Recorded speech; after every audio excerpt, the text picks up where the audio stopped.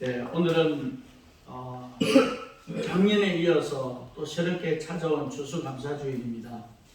네, 오늘은 특별히 이 추수감사주일이 어떤 비밀이 담겨져 있는지를 제가 좀 소개를 하려고 합니다. 성경에 보면 요한복음 15장에 이런 말씀이 있습니다. 예수님께서 나는 포도나무요 너희는 가지니, 이 가지가 포도나무에 붙어 있어야만 열매를 맺는다. 그런 말씀으로 우리에게 교훈해 주고 있습니다. 아시잖아요. 나무가 없이 가지만 있으면 열매를 맺을 수가 없습니다. 여기에는 우리 자연적인 원리에서 열매도 포함되고 영적인 원리에서 열매도 포함됩니다. 영적인 열매의 열매는 구원이라고 하는 거죠. 예수님을 믿고 구원받아서 하나님의 나라 천국에 들어갈 뿐만 아니라 하나님을 아버지라 부를 수 있는 특권이 주어진다라고 하는 겁니다. 그러면서 예수님이 이렇게 이야기합니다. 농사를 짓는 포도와 포도나무의 이야기를 하시면서 아버지는 농부다 그랬습니다. 예수님께서 아버지는 농부라고 했을 때에 예수님은 인간이 아니신데 라고 할 텐데 오늘 저와 여러분들이 충분히 받아들이고 이해할 수 있는 방법을 사용하셨습니다. 그래서 하나님이 아버지라고 하는 겁니다. 그래서 아버지를 농부라 그럽니다. 그러니까 농부가 결정하지 아니하면 여러분 농사가 될 수가 없습니다.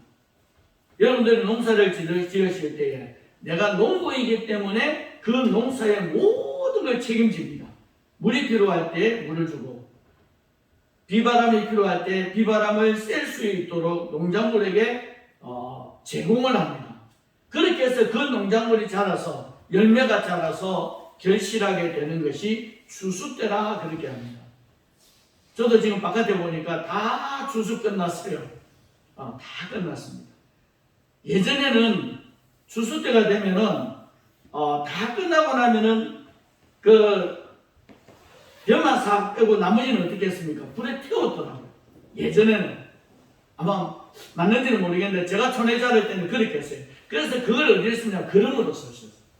그릇으로 써서 다시 그것이 그릇으로 해서 다른 농작물에게 도움을 주는 그런 관계를 만들었습니다. 그래서 이 추수감사주일은 굉장히 의미가 참 많아요. 그러니까 우리 인간에게는 굉장한 보람도 주기도 하고 즐거움도 주기도 하고 행복도 주기도 하는 것이 바로 이 추수, 가을이라고 하는 겁니다. 그래서 오늘 추수가 상징하는 그 의미가 무엇일지 제가 좀 소개를 하려고 합니다. 추수에는 두 가지 원리가 있습니다. 하나는 자연의 원리입니다. 지금 자연의 원리는 오늘 우리 어르신들이 농사를 짓는 것과 똑같은 원리입니다.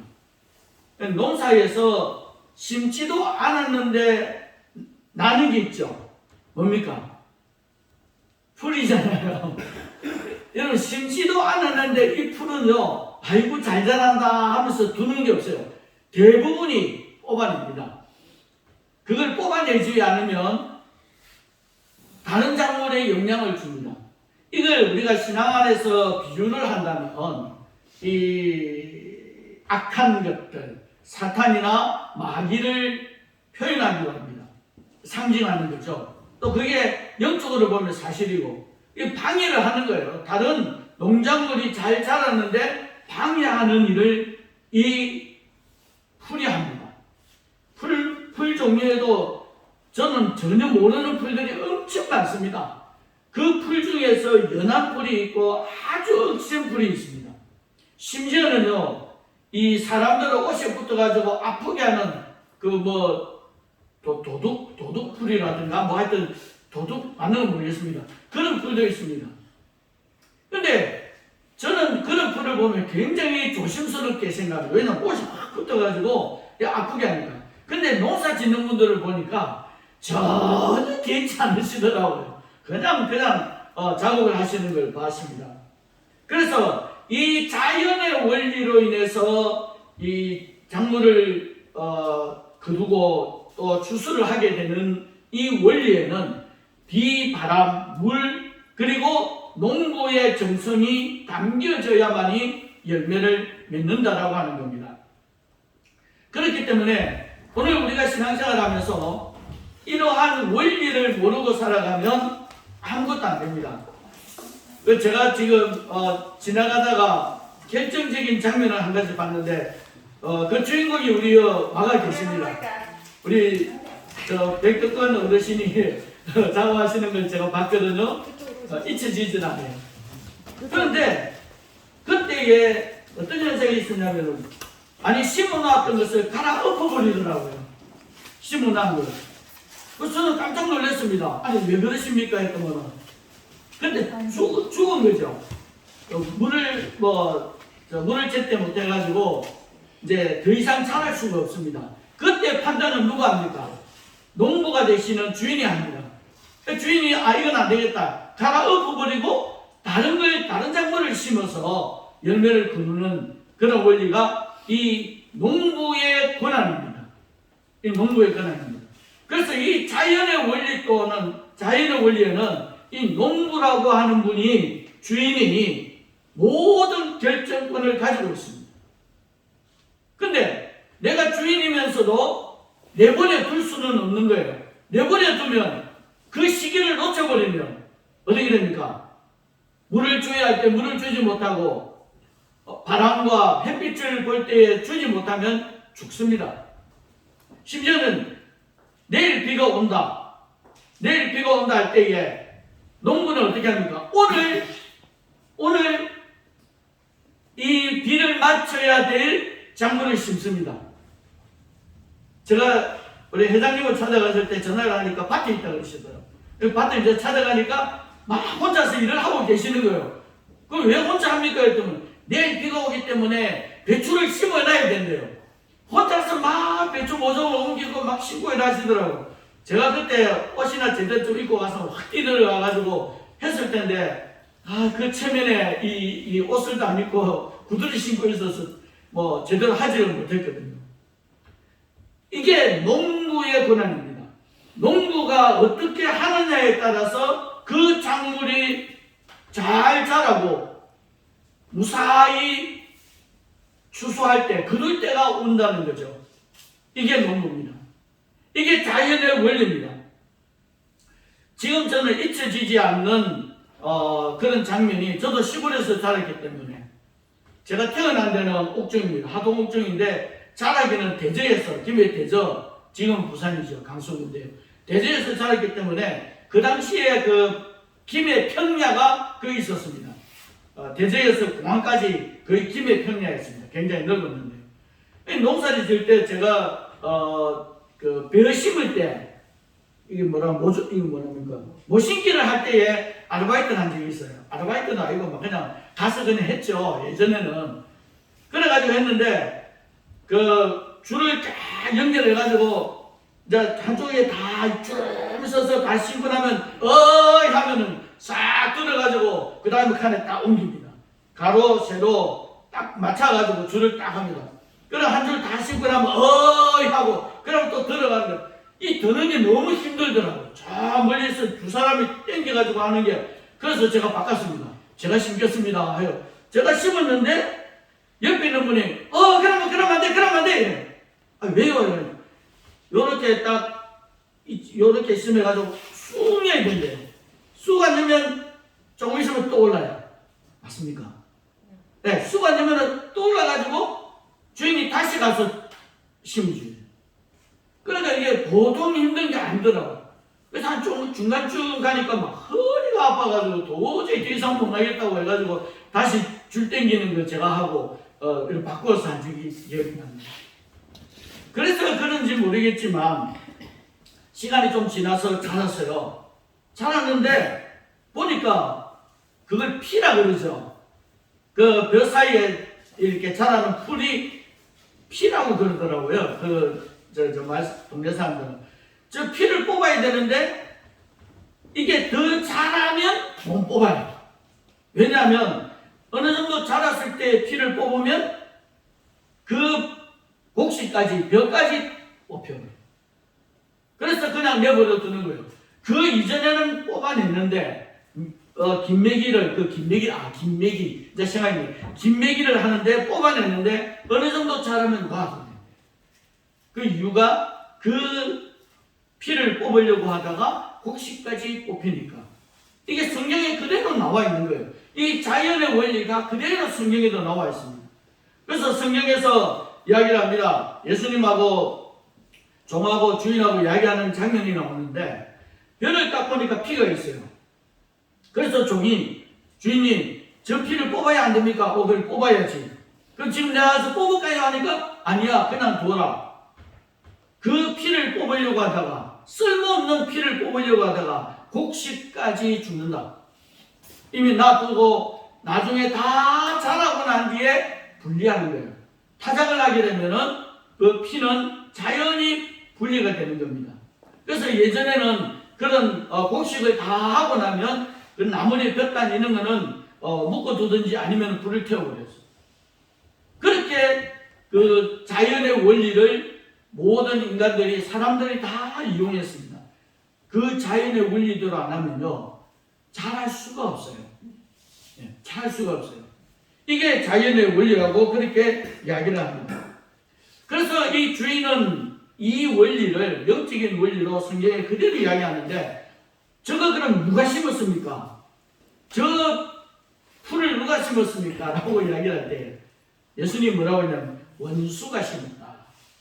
원수가 심었다 그러는 거예요. 원수가 왜? 우리가 자연의 원리지만 이 모든 자연의 원리를 다스리는 하나님이 관계를 다 하고 있다는 겁니다. 그래서 그걸 알고 있는 농부는 뽑아냅니다. 필요 없는 걸 제거를 해버립니다. 그래야 곡식이 온전하게 자라기 때문입니다. 이 영적인 원리에도 똑같습니다. 이 영적인 원리에 요한복음 15장의 포도나무 비유를 여러분이 그냥 넘기면 안 되거든요. 그래서 그 포도나무에 붙어 있어야 포도가 열매를 맺는 겁니다. 그래서 저는 왜 포도나무 비유를 하셨을까 생각해 보니까 한 가지에 이 가장 많이 열매를 맺는 게 포도더라고요. 근데 포도가 나무가 굵은 것도 아니에요. 굉장히 가는데 포도가 가는데 줄기도 가늘고 원 포도나무도 이렇게 두껍지도 않는데 어떻게 저럴까? 라고 생각했더니 굉장히 질게 포도나무가 보면 질겨가지고 어지간히 구부려도 부사지잖아요.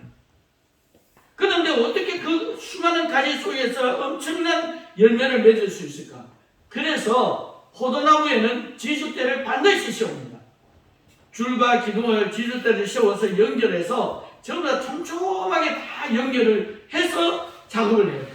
그랬을 때 그 포도가 밑으로 열려도 떨어지지 않아요. 부서지지 않는 거예요. 이걸 우리가 신앙 안에서 이야기가 만약에 우리가 함께 이렇게 연결해서 우리가 이렇게 줄을 묶어서 서로 지주대가 되고 서로 힘이 되어서 하지 않으면 열매가 없는 거예요. 무너지는 거예요. 이걸 우리가 비유로 하면은 가정에 그리고 교회에 우리 공동체에 그런 영향력을 끼치게 되는 겁니다. 제가 며칠 전에 그 우리 초전 그거죠. 그 연역서입니까? 그걸 제가 봤는데 우리 초전 마을에 대해서 다 이야기가 나오더라고요. 그리고 보니까 여기 보니까 다 이장님 하셨더라고요. 우리 백건천 어르신도 이장 하셨고 이장도 하셨고 경로당 회장도 하셨고 다 이렇게 하셨는데 그거를 보면서 끈끈한 우정과 사랑과 정으로 연결되어 있지 아니하면 그 공동체는 무너지는 겁니다. 이게 포도나무 비유에서 우리에게 알려주는 겁니다. 그래서 가지가 끊어지면은 그는 버려둠을 당하든지 불태워지게 되어 있다는 겁니다. 그렇기 때문에 그 모든 원리가 이 성경에 나오는 비유와 같이 연결되어 있더라 하는 이야기입니다. 그래서 이 영적인 주수에는 우리가 영적인 원리를 이야기하면서 여기에는 또 다른 비밀이 하나 있습니다.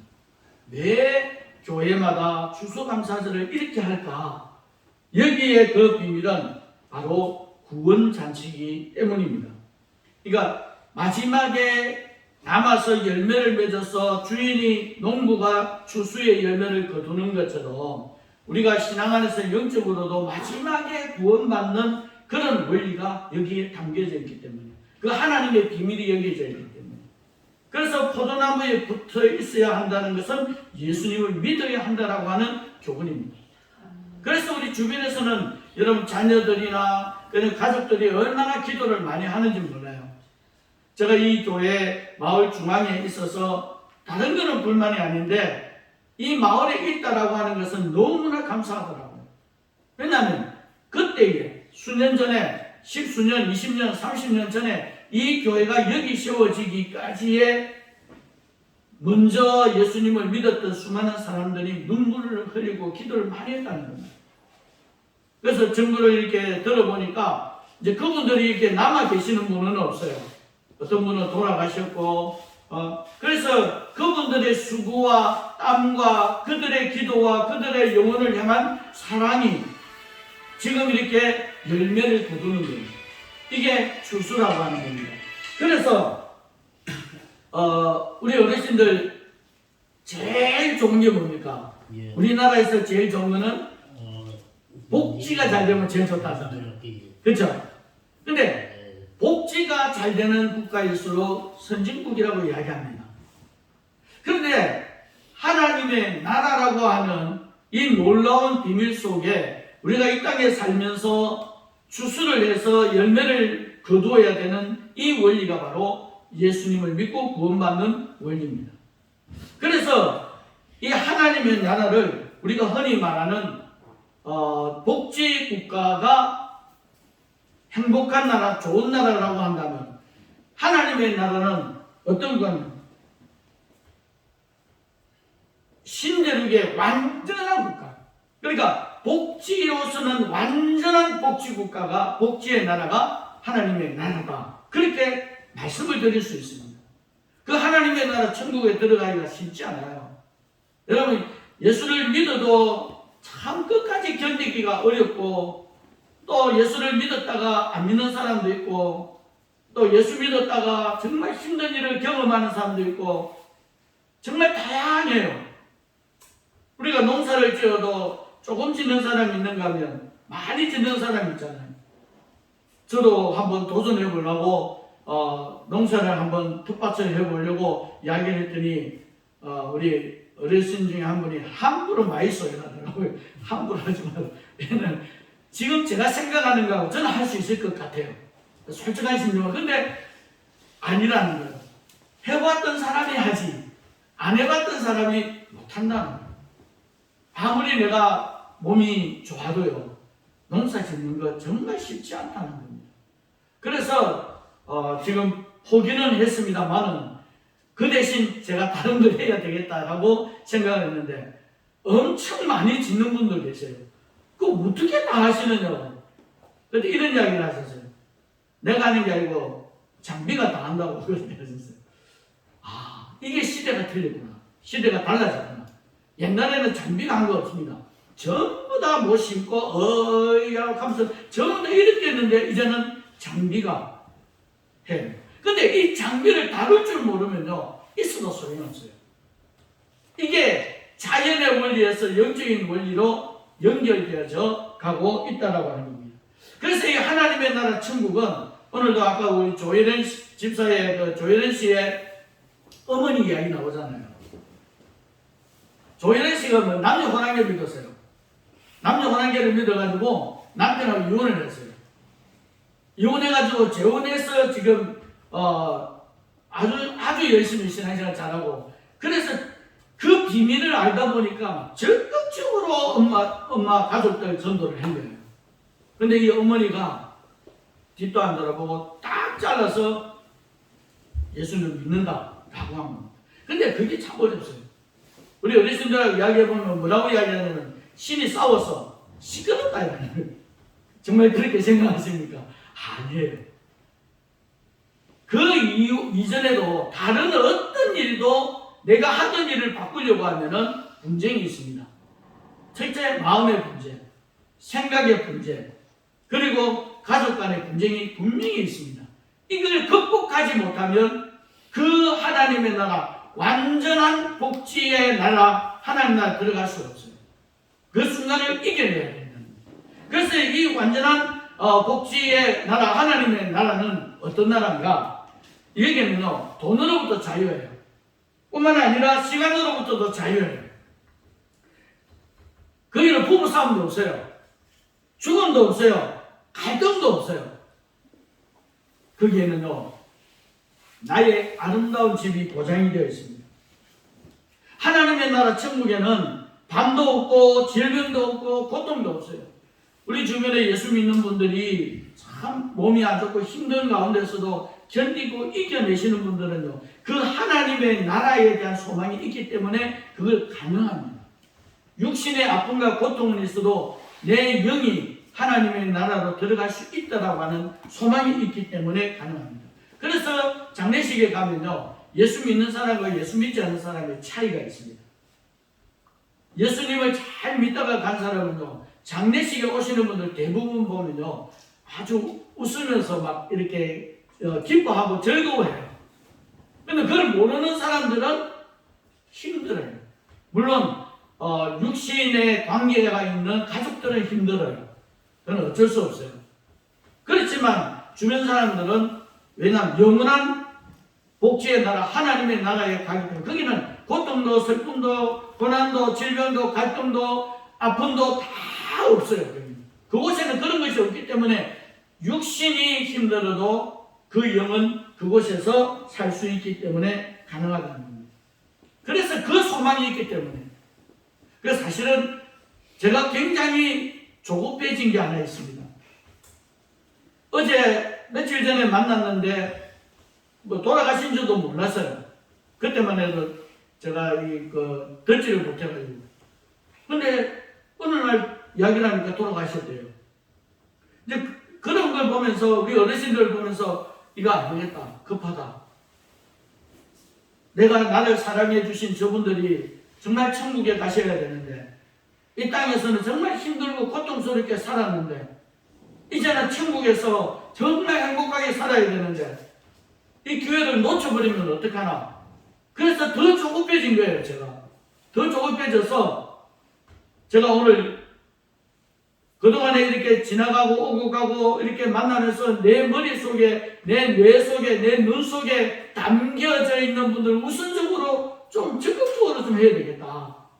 그런 마음이 너무 간절해가지고 이번에는 그렇게 생각하고 기도하고 몇몇 분들을 찾아가고 길에서 만나고, 그래서 이거는 제가 생각을 했는데 미처 연락을 하지 못했고, 연락했는데 이런 사람, 이런 분이 계셨거든요. 그분 여기 다 오셨어요. 몇 분 안 되지만 다 오셨어요. 우리 죄송합니다. 성함을 불러도 되는지 모르겠지만 우리 백덕한 어르신도 생각은 하고 있었는데 미처 연락을 못 드린 거예요. 뿐만 아니라 우리 몇 분도 그런 분이 계셔요. 이게 제 마음에 두고 있는 이분들이 먼저 예수님을 믿고 정말 이 땅에서의 수고와 아픔과 고통과 이런 것들을 극복하시고 정말 행복하셔야 되는데 하는 생각을 가지고 있습니다. 그래서 그 하나님의 나라, 그 완전한 복지의 나라 천국은요, 이곳에는 정말 기쁨만 있습니다. 그래서 그곳에 예수님이 계시기 때문에 우리 믿는 사람들은 최고의 목표라고 하는 거죠. 이 땅에서 참 여러 가지 힘들고 어려운 길을 걸어왔고, 지난날 과거를 생각해보면 아픔도 있었고, 정말 돌이킬 수 없는 슬픔도 있고, 괴로움도 있고, 하지만 우리가 이 가지에 붙어 있지 않으면 열매를 못 거두는 것처럼 그분들이 힘들지만 예수님을 믿고 천국에서 영원히 행복하게 살았으면 좋겠다라고 하는 마음이 간절함이 있기 때문입니다. 그래서 계시록 21장 4절에 성경에 이런 말씀을 합니다. 모든 눈물을 그 눈에서 닦아주시니 다시는 사망이 없고 애통하는 것이나 곡하는 것이나 아픈 것이 다시 있지 아니하리니 처음 것들이 다 지나갔습니다. 성경에 분명하게 말씀해주고 있는 것이 이런 지난날 나의 아프고 힘들고 곡하고 뭐 이런 것들이 다 지나간다는 겁니다. 그 소망이 없으면 우리가 참 견디기가 어려워요. 희망을 찾기가 매우 어렵다고 하는 겁니다. 그래서 오늘 이 추수잔치의 두 가지 비밀이 있죠. 이 자연의 비밀과 영적인 비밀이 있어서 오늘 함께 하시는 우리 모든 분들, 우리가 천국에서도 같이 만났으면 참 좋겠다라고 하는 소망이 있습니다. 그 소망을 저는 영원히 기도하고 영원히 함께 가기를 소망합니다. 그래서 그 마음이 너무 간절하기 때문에 힘들지만 좀 아픔이 있지만 고통이 있지만 때로는 연세가 있으시다 보면 자식들이 왼수다는 그런 표현을 제가 많이 들었거든요. 저는 어릴 때부터 할머니, 할아버지들을 좋아가지고 특히 할머니들을 많이 좋아하고 그러다 보니까 그 언어들을 참 많이 들었어요. 자식이 왼수다부터 시작해서 뭐 온갖 이야기를 다 했습니다. 근데 그 어머니의 그 할머니의 부모의 마음은요, 자식을 사랑하는 마음이 있었고 자식이 잘 되기를 바라는 마음이 너무나 간절했기 때문에 그 참 화나 분을 참지 못하고 그렇게 표현하셨다라고 하는 이야기를 제가 많이 들어왔습니다. 그래서 제가 여기 와서도 코로나 때 왔지만 우리 어르신들이 저를 너무 사랑해 주셨기 때문에 제가 그 사랑을 잊을 수가 없고 또 그 사랑을 간직하면서 나도 뭔가 드려야 되겠다라고 하는 생각을 많이 가지고 있습니다. 그래서 이 추수잔치는요, 정말 모든 사람들에게 기쁨이요 즐거움입니다. 여기에 영적으로 비밀을 오늘 말씀을 드리자면 이런 겁니다.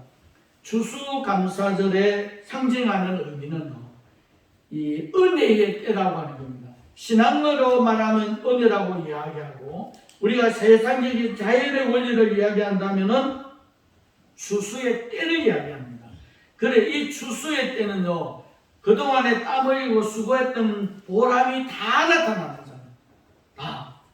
만약에 고생을 했는데 열매가 없다면 얼마나 억울하겠습니까?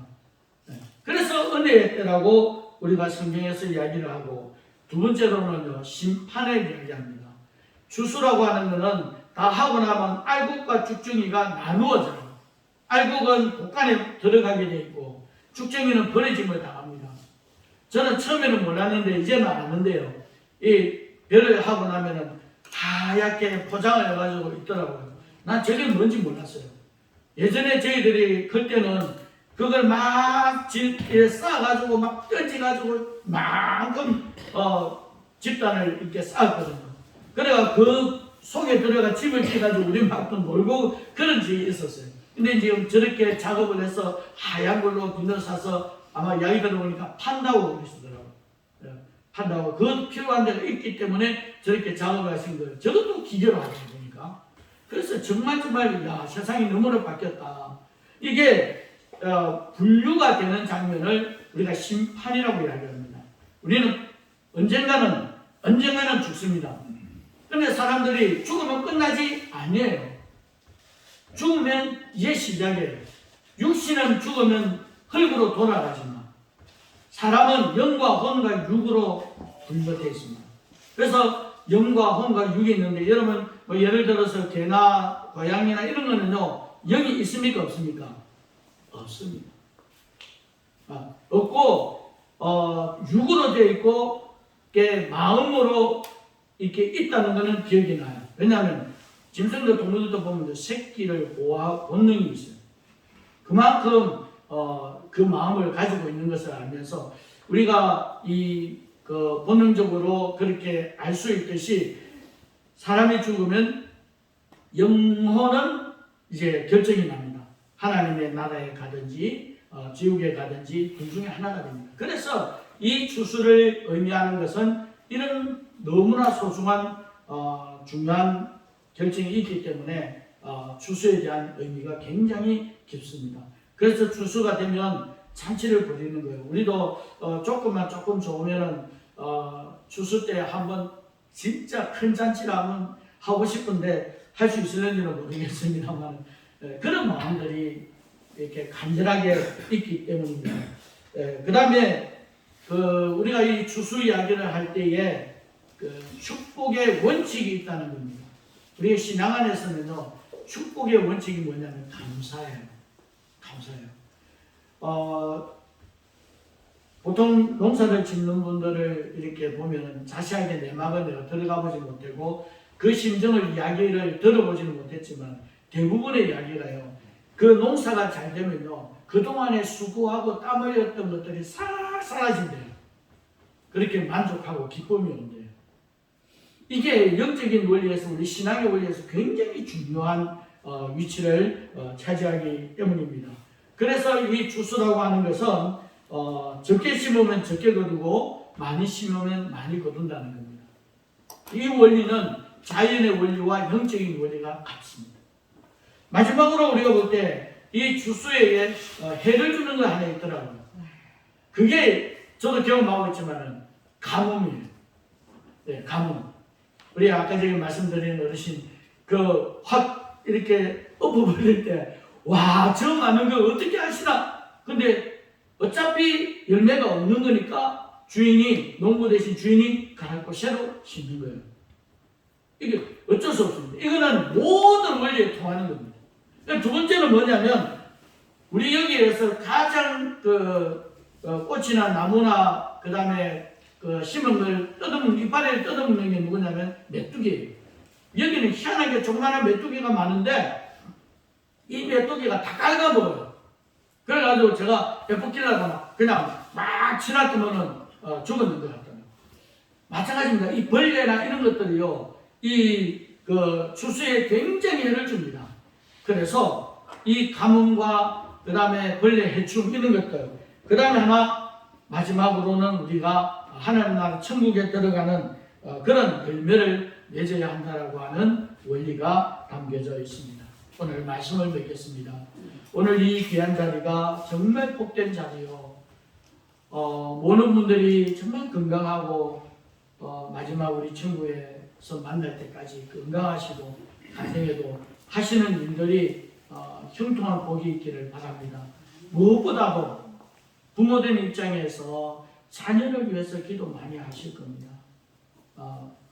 어쩌면 잠도 못 이루는 부모님도 계실 거고요. 어떤 때는 정말로 나보다도 내 자식이 잘 되기를 바라는 마음도 가지고 계실 겁니다. 또 어떤 분은 이 마을을 위해서 섬기시면서 아주 정말 힘들고 어려운 가운데서도 내일처럼 돌아보는 분들도 계십니다. 이러한 가운데 있는 어르신들 또 모든 분들이 어쨌든 건강하게 정말 행복하게 내일의 희망을 가지고 살아가시는 그런 우리 귀한 어르신들 되시고 우리 성도들이 되시기를 주님의 이름으로 축복합니다. 아멘. 기도하겠습니다. 하나님